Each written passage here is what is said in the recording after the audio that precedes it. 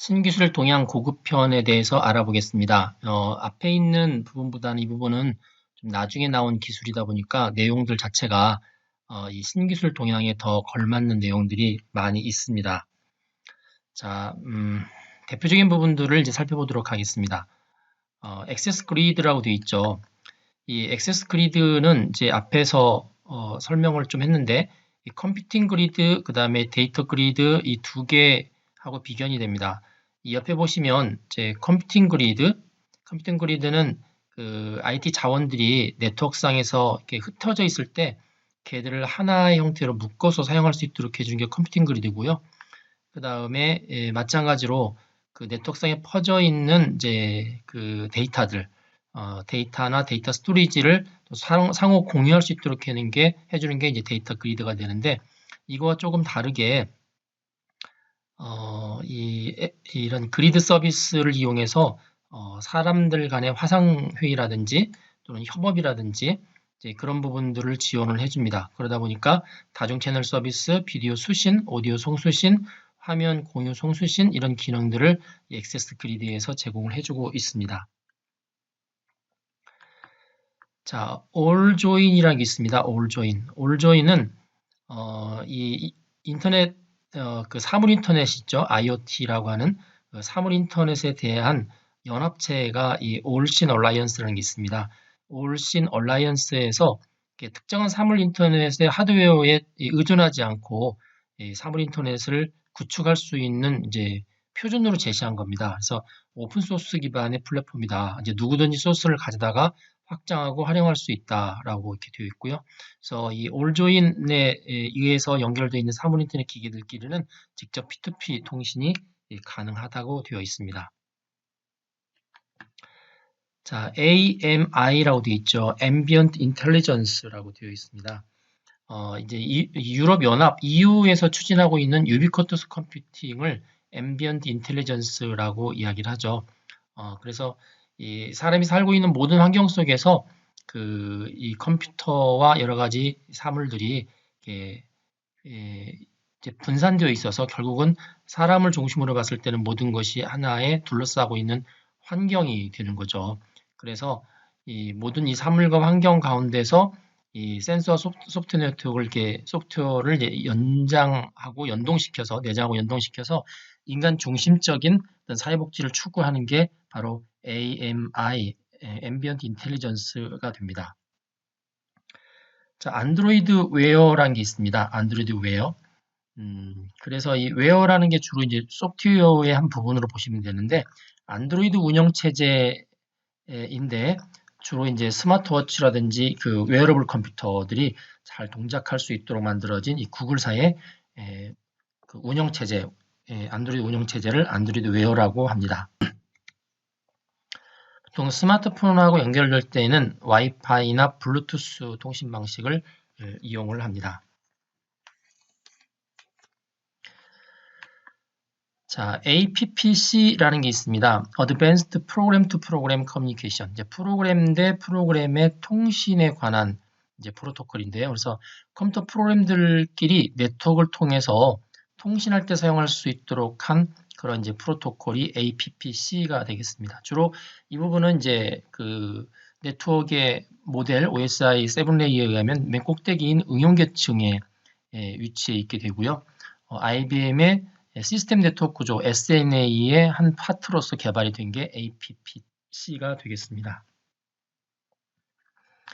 자, AT 기술이라는 게 있습니다. AT는 Agnostic Technology의 이제 약자인데요. Agnostic이 밑에 나와 있죠. 불가지론자, 잘 모른다라는 겁니다. 컴퓨터 하드웨어 장치라든지 어떤 운영체제가 도대체 이게 어떤 회사의 것이고 어떤 특징이 있고 하는 부분을 사용자가 사전에 아무런 지식이 없어도 특정한 시스템이나 어떤 운영체제를 수행하거나 운영할 수 있도록 해주는 소프트웨어 기술이 바로 AT 기술, Agnostic Technology가 되겠습니다. 자, 바이모돌 IT라고 있습니다. 이중 정보 기술이라고 되어 있는데, 왜 이중이냐면, 그 어떤 이제 제품을 만들거나 서비스를 이제 새롭게 시작하는 기업에 있어서 이 정보 기술이 이제 발전해 나가겠죠. 그럴 경우에 정보 기술 방식이 순차적으로 하나씩 하나씩 증가하는 형태로 해서 대응하는 그런 방식이 있을 수 있고요. 그다음에 기업이 이제 그렇게 대응하지 않고 불규칙하지만 실험적으로 그래서 이제 대응하는 방식을 유지할 수가 있는데 이제 전자의 경우는 좀 보수 적이고 후자의 경우는 좀 공격적이죠. 그래서 이런 두 가지 방식을 어느 기업이 둘 다 채택하고 있을 때 이런 경우에 바이모돌 IT 기술을 채택하고 있다라고 이야기를 하고요. 글로벌 컨설팅 그룹인 가트너에서 기업의 IT 조직 모델로서 2014년에 제시했던 게 바로 바이모돌 IT가 되겠습니다.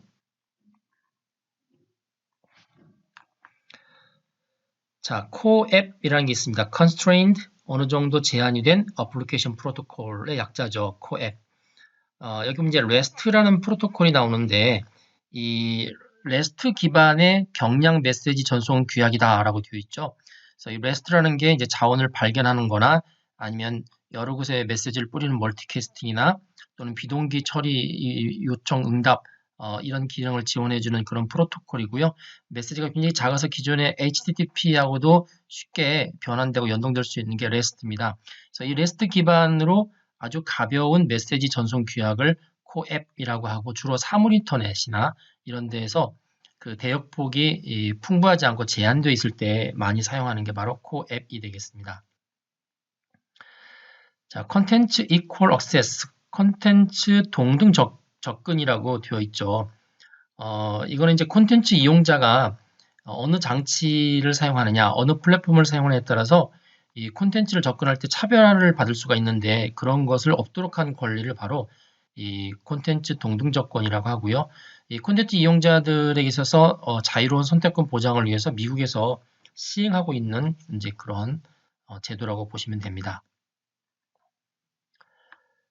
자, 크로스 라이선스가 있습니다. 크로스라는 게 이제 교차한 라이선스라는 건데 자, A라는 회사하고 B라는 회사가 지식지상권을 가지고 있고 고유의 라이선스를 가지고 있을 경우에 잘못하면 이제 서로 상대방의 지적재산권이나 라이선스를 침해할 수 있게 되죠. 그럴 경우에 이제 두 회사 간에 계약을 맺습니다. 그래서 두 회사가 가지고 있는 지적재산권이 거의 이제 가격으로 비슷하다 그러면 서로 무상으로 사용할 수 있도록 협약을 맺지만 뭐 하는 쪽이 높고 한쪽이 낮으면 낮은 쪽에서 높은 쪽에만큼 이제 차익만큼을 보상해주고 상대편의 이제 지적재산권을 마음껏 활용할 수 있도록 하는 게 바로 이제 회사 간에 계약하는 거죠. 크로스 라이선스라고 되어 있습니다. 자, 크라우드 소싱, 크라우드라는 게 이제 군중, 대중이란 뜻이 있고, 소싱이라는 게 이제 아웃소싱을 의미합니다. 그래서 클라우드 소싱은 군중들에 의한 아웃소싱이다. 아웃소싱이라는 거는 조직 내부에서 해야 될 것을 조직 외부에다가 맡기는 게 아웃소싱이죠. 그래서 기업 내부의 사원들이 원래 해야 되는 업무를 기업 외부에 있는 일반인들, 일반 대중들에게 저렴한 이제 비용으로 대신할 수 있도록 시키는 이제 사업하는 방식이죠. 그래서 이 클라우드 소싱을 통해서 콘텐츠 제작을 회사 바깥에 맡기거나 고객들의 수요 조사를 바깥에 맡기거나 아니면 기업 아이디어 공모전 등을 이제 바깥쪽에 다 맡겨서 실제 회사 내부에서는 별로 일을 하지 않지만 결과적으로 많은 일을 하는 회사처럼 보이도록 하는 게 클라우드 소싱이라고 볼 수 있습니다. 자, CRT는 뭐 옛날에 텔레비전 화면을 CRT라고 그랬는데 여기서 CRT는 컨텐츠 레커그니션 테크놀로지, 컨텐츠를 인식하는 기술에 대한 약자입니다. 자, 이 이미지나 동영상이나 음악 이런 것들이 컨텐츠인데 이런 그 컨텐츠를 이제 인식하기 위해서 여러 가지 식별자도 두고 뭐 여러 가지 형태로 인덱싱을 하는데 이런 고유의 특징을 잘 추출해서 데이터베이스 저장한 다음에 나중에 그 수많은 컨텐츠 가운데서 특정한 컨텐츠를 검색하거나 인식할 때 아주 쉽게 할 수 있도록 해주는 거고요. 또 그 안에는 이제 컨텐츠에 관한 저작권 침해 여부까지도 이제 서비스 해주는 게 바로 CRT, 콘텐츠 인식 기술이다라고 보시면 될 것 같습니다. 데이터베이스 샤딩이라는 게 있습니다. 보통 데이터베이스 테이블을 이렇게 수평으로 분할해서 나온 테이블을 샤드라고 하죠. 그래서 이게 수평으로 분할하는 이유는 데이터가 굉장히 데이터베이스가 클 경우에 분산해서 저장하고 필요할 때 조회하려고 쓰는 기술이 데이터베이스 샤딩 기술이다라고 보시면 됩니다.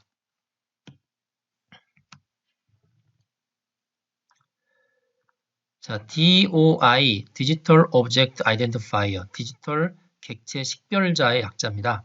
그래서 디지털 콘텐츠를 이제 하나씩을 그 식별하고 또 그것에 관한 저작권 정보를 관리하기 위해서 부여해주는 관리 체계인데요.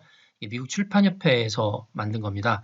주로 이제 아마존닷컴이나 바센트노블닷컴, 마이크로소프트사가 주로 사용하고 있는데 이 DOI하고 인터넷상에서의 특정한 자원의 주소를 나타내는 URL 이 사이에는 이제 서로 변환이 필요한데 이러한 변환을 통해서 해당 자원을 네트워크상에서 접근할 수 있도록 되어 있습니다.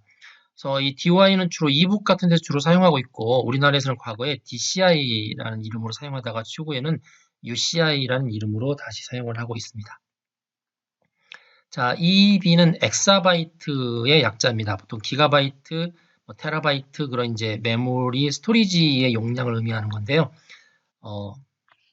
여기 보시면 이제 2의 60바이트입니다. 첨자가 잘못 나왔는데 2의 60바이트의 용량을 나타내는 단위고요. 2의 10바이트가 여기도 12 첨자로 6첨자로 올라가야 됩니다. 2의 10바이트가 1024바이트이기 때문에 1 엑사바이트는 2의 60바이트니까 1024바이트의 6승이죠. 1024의 6승이 되게 됩니다. 요 엑사바이트보다 조금 더 큰 단위로 요타라는 게 있습니다. 요타바이트는 2의 80바이트고요. 당연히 1024의 8승, 1024의 8제곱바이트만큼을 나타냅니다. 자, ECM이라는 게 있습니다. ECM은 Enterprise Content Management인데 기업이 다양한 컨텐츠들을 많이 제작해서 관리를 하게 되는데 이런 다양한 컨텐츠를 통합 관리하고 이걸 효과적으로 활용할 수 있도록 유지 보수를 잘 할 수 있도록 특히 이제 경제적인 측면에서 비용 절감을 해줄 수 있도록 하는 시스템 관리 도구를 ECM, 기업 컨텐츠 관리라고 이야기합니다. 자, ESL이 있습니다. ESL은 Electronic Shelf Label이라고 되어 있죠. 쉘프가 이제 선반이고 레이블이 표시이고요. 그래서 이제 전자식으로 매대를 표시하는 건데 이제 편의점 같은 데나 이런 매장 같은 데 가면 상품 진열대가 있죠. 그런 상품 진열대에 그 상품별로 붙여놓은 이제 상품 태그를 의미합니다. 그 상품 태그에는 여러 가지 상품 정보가 들어가죠. 상품 이름부터 시작해서 가격, 원산지 등등이 들어가고 또 이런 것이 이제 주로 바코드나 이미지나 이런 형태로 이제 표시가 되는데 요 ESL을 이용해서 물건을 이제 들여오거나 팔 때 재고 파악이 이제 쉽고요. 또 가격 정책을 바꿀 경우에 전체가 다 한꺼번에 일관적으로 실시간으로 변경이 된다는 점이 또한 장점이 될 수가 있습니다.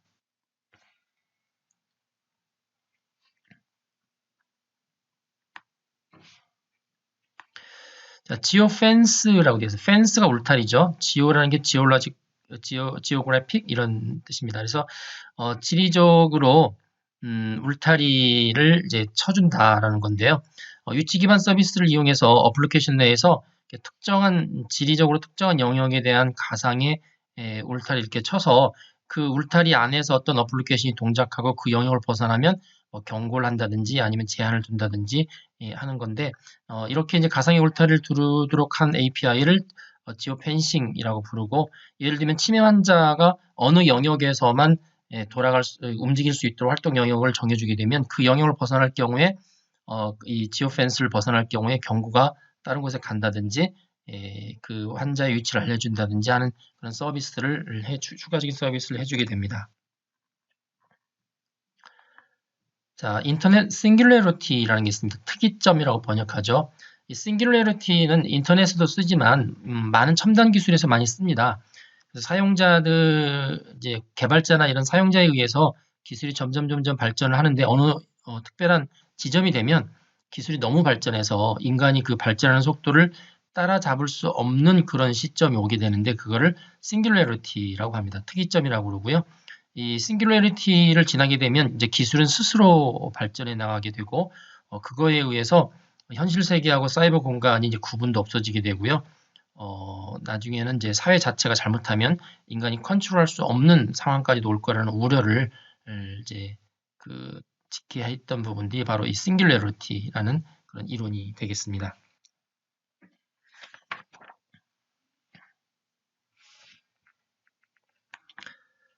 자, LPWAN, LPWAN이라는 겁니다. Low Power, 파워가 적게 든다는 이야기죠. Wide Area Network. 그래서 저전력 광역 통신망인데요. 사물 인터넷에 활용할 수 있도록 이 사물 인터넷 같은 경우는 전력 소모가 굉장히 중요한 요소거든요. 그래서 전력 소모가 아주 낮게 이루어지도록 한 무선 광역 통신망을 WPWAN이라고 합니다. 구체적인 이제 세부적인 기술로 보면은 LTE, MTC 이게 LTE가 이제 여러분이 많이 아시는 LTE 휴대폰 그 이동 통신망을 말합니다. LTE, MTC도 있고요. 그다음에 NB-IoT 기술, 그다음에 LoRa라고 부르는 거, 식스폭스라는 것인데 이거 전부 다 LPWAN에 속하는 기술입니다.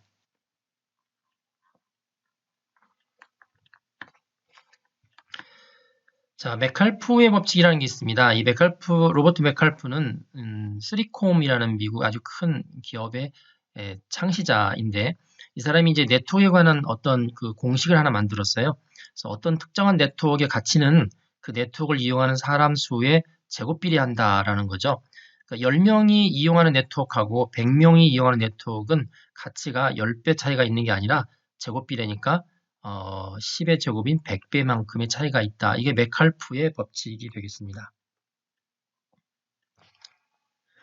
자, 이번에는 MQTT이라는 게 있습니다. 스펠링 그대로 있죠. 앞에서 코앱이라는 게 나왔는데 이 코앱처럼 주로 이제 사물 인터넷에서 많이 사용하고 있는 프로토콜입니다. 이 메시지 큐잉 텔레메트리 트랜스포트의 약자입니다. 메시지를 이제 주고받는 원격지간에 주고받는 그런 이제 전송 프로토콜인데요. 메시지 송신자가 메시지를 이제 브로커 중간에 전달해주는 브로커에게 이제 메시지를 만들어서 전달해주게 되면 수신자가 이거를 이제 구독하는 방식, 나는 이 메시지를 받겠다라고 미리 선언을 해놓으면 그 메시지를 받겠다는 수신자한테 이 브로커가 전달해 주는 거죠. 일종의 이런 것을 주로 푸시 서비스라고 하죠. 푸시 서비스. 그래서 사물통신이나 사물인터넷 같은 데에서 주로 사용하고 있는 푸시 기술 기반의 경량 메시지 프로토콜이고요. 그래서 IBM사하고 유로테크가 2014년에 개발해서 그 국제 표준기구인 오아시스의 표준으로 제정된 프로토콜이 MQTT입니다.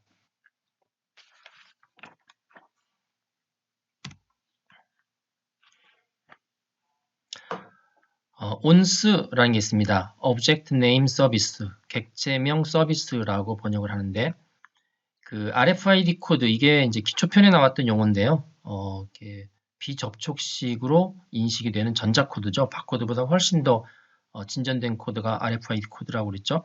이 RFID 코드가 부착되어 있는 사물에 관한 그 구체적인 정보가 저장되어 있는 서버의 위치를 알려주는 서비스가 ONS입니다. DNS하고 명칭이 비슷하죠. DNS는 도메인 네임 서비스라고 되어 있죠.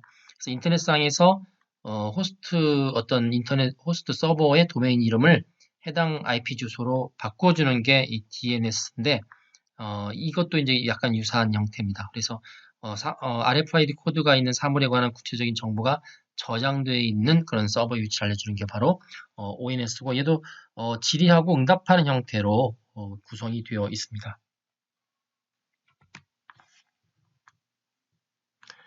자, TensorFlow라는 게 있습니다. 이 TensorFlow는 구글에서 개발해서 구글 앱에서 사용하는 기계학습.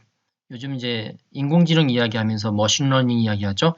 이 머신러닝 엔진입니다. 근데 2015년에 오픈소스로 전환이 되어서 누구나 가지다가 사용할 수 있도록 되어 있고요. 소스 코드는 C++로 작성되어 있고 파이썬 API 등을 이제 제공을 하고 있습니다.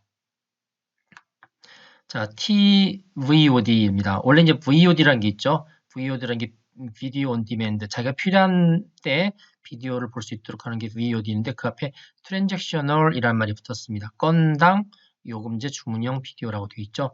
일반 이제 주문형 비디오에 좀 다르게 앞에 트랜잭션이라는 말이 왜 붙었냐면 어떤 디지털 콘텐츠 한 건당 이 트랜잭션을 이걸 하나의 트랜잭션으로 보고 있습니다. 한 건당 필요할 때마다 이제 돈을 지불하고 콘텐츠를 보는 형태죠. 아이튠즈나 구글 플레이 뭐 이런 것들이 이제 이런 형태로 되어 있고요. 이거와 좀 이제 비교되는 부분이 한 건당 트랜잭션당 보는 것이 아니라 이제 한번 가입하면 가입한 기간 동안에 그 기간 내에서 트랜잭션 여러 이제 트랜잭션을 통해서 비디오를 볼 수 있도록 하는 게 이제 주로 가입형 Subscription VOD, SVOD라는 겁니다. 주로 넷플릭스나 아마존이 여기에 해당합니다.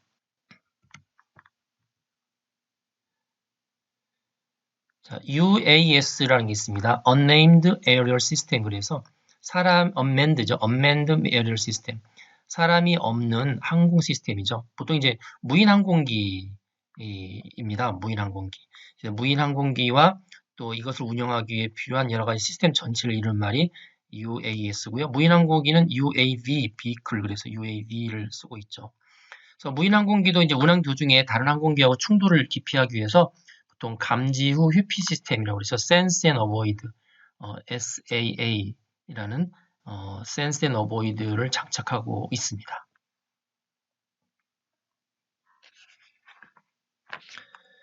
자, 마지막으로 UTIS 설명드리겠습니다. Urban Traffic Information System, 도시 교통정보 시스템인데요. 그 위치 확인 시스템, 그러니까 유성에 대한 위치 확인 시스템 GPS라고 그러죠. GPS를 이용해서 차량들이 어떻게 이동하고 있고 속도가 어떻게 되어 있고 도로의 상태가 어떤지를 종합적으로 정보를 입수해서 도시 전체의 교통 정보를 생산하고 제공해주는 그런 교통 시스템을 UTIS라고 합니다. 그래서 이 움직이는 차량에 탑재된 장치를 온보드 이퀴먼트라고 하고요. 길 쪽에 설치되어 있는 것을 로드사이드 이퀴먼트라고 해서 OBE 그다음에 RSE 이 두 가지에서 이제 제공하는 교통 정보가 중요한 정보로 활용이 됩니다. 그래서 UTIS를 이용해서 교통 혼잡을 개선하고 또 물류 비용을 줄일 수가 있게 되겠습니다. 자, 나머지 신기술들은 여러분들이 시간을 내셔서 읽어보시고 자주 읽어보시면서 개념을 잡는 게 중요할 것 같습니다.